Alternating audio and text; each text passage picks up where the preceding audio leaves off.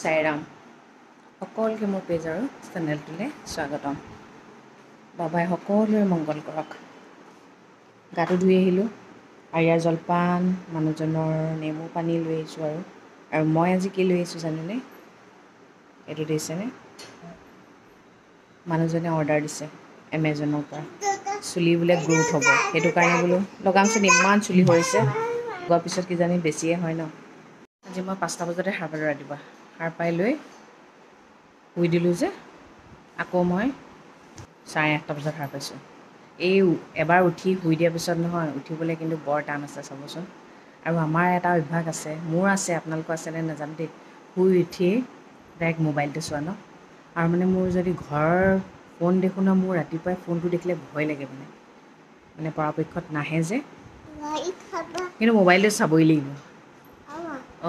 গাড়ী খাব, মই কৰিছোঁ। বৰ দুষ্ট আজিকালি, বৰ দুষ্ট কাম কৰে। দুখ পায়, এইখন হাত বাৰু, এখন হাত কৰি থৈছেনে, এইবোৰ চকী টকী দাঙি গোটেই দাগ কৰি পেলাইছে গোটেই গাটো।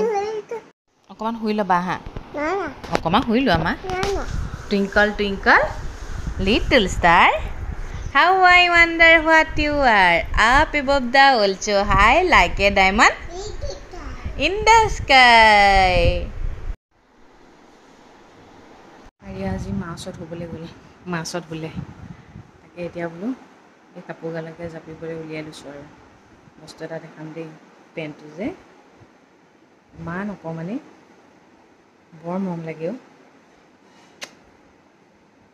চাগে দেই ন।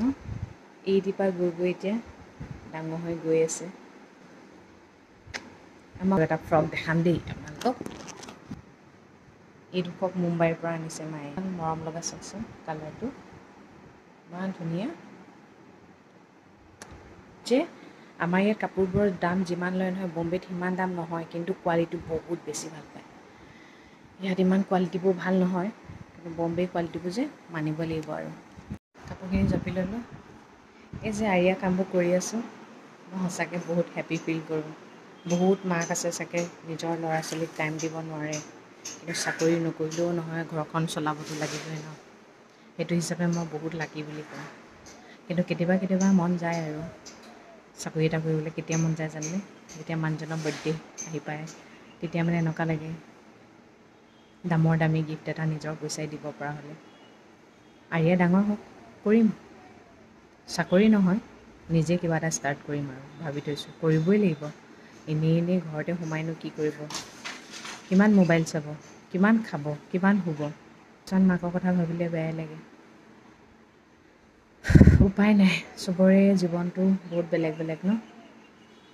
কাৰো জীৱনটো কাৰো লগত নিমিলে, কিছুমানৰ মিলি যায় আৰু।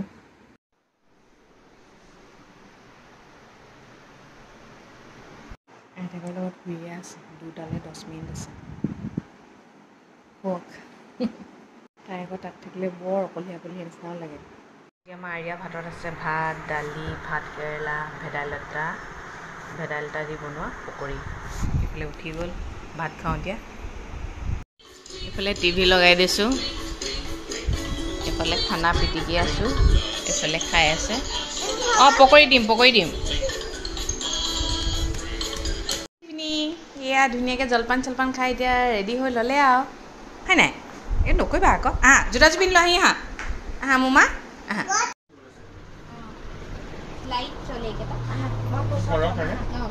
ধুনীয়া লাগিছে।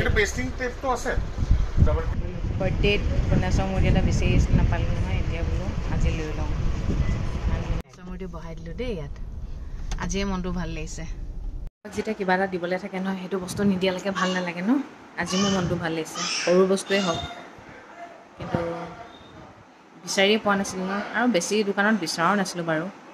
মানুহজনে আকৌ জলৈ তলৈ নিনিও যে, সেই দোকানখন গিফ্টৰ দোকান, সেইকাৰণে তালৈ গ'লোঁ। বৰ ধুনীয়া পালোঁ আৰু আজি মনটো ভাল লাগি গৈছে। আপোনালোকে হয়তো দেখিছে, আমাৰ আৰিয়া এতিয়া 2 বছৰে হ'বলৈ হ'ল। আমি আৰিয়াক চাবৰ কাৰণে ল'ৰা ছোৱালী ৰখা নাই দেই, আৰু মইতো ৰাখিব নোৱাৰোঁ, কিয় জানেনে? মই সৰু ল'ৰা ছোৱালীক কামত যে একদম লগাব নোৱাৰোঁ। মই এতিয়া ৰিংকুহঁতকে কিবা এটা কৰিবলৈ বুলি ক'বলৈ অকণমান বেয়া লাগে, তেন্তে মই বাচ্ছা এটাক কেনেকৈ ৰাখিম বাৰু? আৰু এইটো চাইল্ড লেবাৰটো পৰে ন। আৰু আমি প্ৰথমতে ভাবিছিলোঁ আৰিয়া হোৱাৰ টাইমত, মানে কি বাচ্চা এটা ৰাখোঁ নি। তাৰপিছত মায়ে মই পাতিলোঁ নাই নাৰাখোঁ, বাচ্চা এটা ৰাখিলে কি হ'ব জানেনে, দুটাই বাচ্চা হৈ থাকিব, দুটাকে চাব লাগিব হয়নে নহয়। সেইটো কাৰণে বোলো নাই মায়ে মই বোলো চাম আৰু সেইবুলি আমি কাকো নাই ৰখা মানে। আৰু এতিয়া কথা কি আমাৰ প্ৰব্লেমো নহয় বাৰু, আমি কিবা এটাত বিজি থাকিলে মায়ে লয় নহ'লে ৰিংকুৱে লয়, আৰু ৰিংকু বহুতখিনি হেল্প কৰে দেই। ৰাতিপুৱা গা ধোৱা টাইমত ৰিংকুৱে চাই দিয়ে, মা তেতিয়া চাকি জ্বলাই থাকে, দেউতাকে অকণমান টাইম চায়, দেউতাকে বেছি টাইম নাচায় দেই, নোৱাৰে মানে। নোৱাৰোঁ বুলি কয়, একচুৱেলি নোৱাৰা কথা নহয়, সেইটো হেবিট কৰিলেহে হ'ব। নিজৰ ছোৱালীজনীক যদি নিজৰ দেউতাকে চাব নোৱাৰে কেনেকৈ হ'ব হয় নহয়। সেইটো কাৰণে মই তেওঁক কওঁ কেতিয়াবা তুমি হ'লেও অকণমান চাবা, কিন্তু দেউতাকৰ ওপৰত বেছি অত্যাচাৰ কৰি দিয়া, সেইটো কাৰণে তেওঁ মানে অকণমান এইটো আমাৰ দুষ্টটো, এইটো দুষ্ট মানুহ, এইটো আমাৰ দুষ্টহে হয় নাই। এটা কথা কোৱা না, চুই মোক চোৱা না। চিটুৱেশ্যনবোৰ বেলেগ বেলেগ ন, কিছুমানৰ এতিয়া চাকৰিৰ কাৰণে নিজৰ মাক দেউতাকে চাব নোৱাৰে, সেইকাৰণে কাম কৰা ল'ৰা ছোৱালী ৰাখিব লগা হৈ যায়। কোনোবাই ৰাখিছে কোনোবাই নাই ৰখা, সেইটো নিজৰ ব্যক্তিগত কথা আৰু মই এটা কথা কওঁ ইয়াতে, কথা এটা কৈ থওঁ হা, যেতিয়া কাম কৰা ল'ৰা ছোৱালী এটা ৰাখে তেতিয়া সেই ল'ৰা ছোৱালীটোক যে বৰ কুকুৰৰ দৰে ট্ৰিট কৰে, মই একদম ভাল নাপাওঁ। মই নিজ চকুৰে দেখিছোঁ দেই, ৰেষ্টুৰেণ্ট এখনত গৈছোঁ, মানে তেওঁলোকে অৰ্ডাৰ দিছে, তেওঁলোকে নিজৰ ল'ৰা ছোৱালী সৈতে খাইছে আৰু কাম কৰা ছোৱালীজনী এটা ছাইডে বহাই থৈছে, তাইক খাবলৈ দিয়া নাই। কেনেকুৱা মানুহ বাৰু, তাইতো সৰু ছোৱালী ন। মোৰ মানে সেইবোৰ বস্তু দেখিলে ন মই মানে বহুত দুখ পাওঁ মানে, তাইকো কিবা এটা দি দে লগতে খাবলৈ। আৰু বহুত মানুহ আছে একদম কাম কৰা ল'ৰা ছোৱালীক একদম নিজৰ ল'ৰা ছোৱালীৰ নিচিনা ৰাখে দে, চাফ চিকুণতা, খোৱা বোৱা একো প্ৰব্লেম নাপায়, সেইবোৰ দেখিলে আকৌ মনটো ভাল লাগে ন, ভাল ঘৰত পৰিছে। আৰু কিছুমান ল'ৰা ছোৱালী ইমান অত্যাচাৰ, কিবা এটা খালেও মাৰ পিট ন, নিজৰ কেঁচুৱাটোক পেলালেও মাৰ পিট, সেনেকৈ হ'লে কেনেকৈ হ'ব কওক না। সি তাই বা সিওতো বেলেগৰ বাচ্চা হয় ন, টকাৰ অভাৱত খোৱাৰ অভাৱতে মাক দেউতাকে লোকৰ ঘৰত দিয়ে, সেইটো মানুহে অকণমান কেয়াৰ কৰিব লাগে। মানুহক মানুহ হিচাপে গণ্য নকৰিলে কোনে কৰিব কওক না। ভাত হাতত লৈ পিছে পিছে দৌৰি ফুৰোঁ জানেনে। এটা কিনি দিম দেই, টেডি বিয়াৰ দোকানত গৈছিলোঁ যে আজি, কিনি দিম দেই, তুমি মামটো খোৱা, কাইলৈ দেউতাক কৈ দিম ভালুক এটা কিনি দিবলৈ, খোৱা। খুৱাওঁতে যে কিমান মাতটো ডাঙৰ কৰিব লাগে নহয়, এক্টিং দিছে না, কেনেকুৱা এক্টিং। ল'ৰা ছোৱালীবোৰে ভাতবোৰ মুখত লৈ পিনে এনেকৈ ৰখি থাকে, চোবাই নিদিয়ে, বুজি নাপাওঁ দেই। এটাকে ডাঙৰ কৰোঁতে মজা ওলাই গৈছে, কিছুমান মানুহে যে তিনিটা চাৰিটা ডাঙৰ কৰি কেনেকৈ কৰে অ' ভগৱান, মোৰ যে হাড়ত বন গজিব আৰু। টুইনছ বেবীও কেনেকৈ ডাঙৰ কৰে ভগৱানেহে জানে আৰু। এতিয়া আইতাকক লৈ গৈছে পেৰত চাইগৈ বোলে, টিভি ৰুমতে চাই দেই। মই মাক যেতিয়া কওঁ মা বুলি ইমান উৎপাত কৰে, মায়ে কৈছে সেয়াই কেঁচুৱা ল'ৰা ছোৱালী আৰু থাকিলে এনেকুৱা কৰিবই আৰু, গম পাইছ এতিয়া, তহঁতৰ চাৰিটাকতো মই চাইছিলোঁ, তই এটা পালোঁতে এনেকুৱা। সঁচাকৈ ন, আমি বাৰু মাহঁতক কিমান কষ্ট দিছিলোঁ ন, ভাবিলে কিবা লাগে। যি নহওক এইটো সময়হে কষ্ট কৰিম, তাৰপিছততো আৰামেই আৰাম হ'ব। ডাঙৰ হোৱাৰ লগে লগে বুজি পাব, বুজি পোৱাৰ লগে লগে নিজৰ কাম নিজেই কৰিব। মাক হোৱা অনুভৱটো আচলতে এইডোখৰতেই গম পোৱা যায়, তিতা কেঁহা জ্বলা যে চব পায় সেইটো কাৰণে।